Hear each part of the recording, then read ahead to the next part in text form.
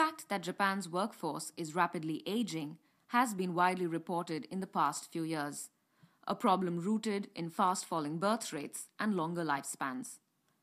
According to the Ministry of Health, Labor and Welfare, by 2055, the number of births will be only 40% of the current level, while the aging rate will double.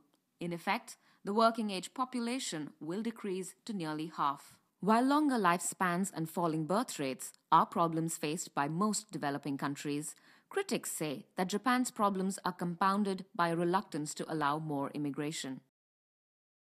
According to a UN survey, the total number of foreign migrants in Japan is under 2% versus well over 14% in the US. So what strategic steps do you think that companies can take to deal with this problem of a declining workforce? Well, as far as we can see, there are three basic things that they can do. One is the inclusion of more women into the workforce, and then second is acceptance of foreign workers. Okay, so if we look at them one by one in terms of getting women, married women or women with children essentially, to come back into the workforce, what are the steps that companies can take to actually effectively help this happen?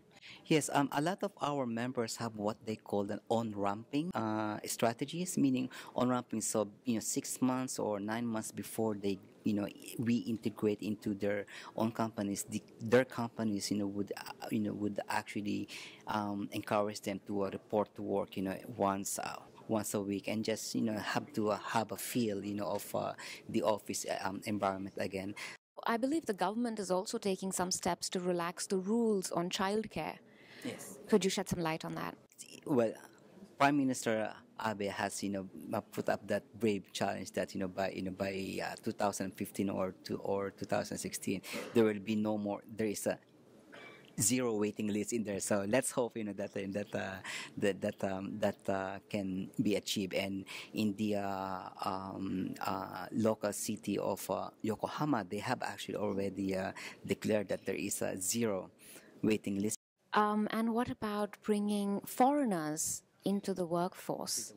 Well, in 2010, the Japanese government adopted what they call the Basic Immigration Control Plan. It's a 5-year plan, so from 2010 to 2015. And in that plan, they have 5 basic strategies. One is what they call, introducing highly skilled or accepting foreigners with highly skilled professionals, and they've in middle of last year actually they've started to accept for point-based immigration system. The second strategy they have is they're trying to encourage more Nikkei genes, the second or third generation of people who have who are of Japanese descent, so one of their parents is a Japanese, to come into Japan and bring them here. And lastly, is the relaxation of some of the internship, or technical training type of activities, because in the past it has always been a policy that after the internship or technical training of foreigners here, they need to go back immediately to their home countries in order to their home countries to benefit from.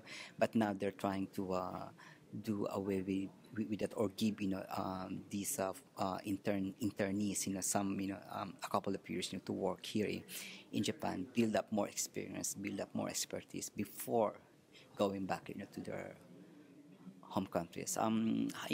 So it's now 2013, so we are in the middle of the plan. So, but the jury is still out there. We still don't know if that is if the strategy has been effective. But based from some experience of our members as well, one member that we know was able to recruit more than 120 foreigners last year alone. So we see that in terms of the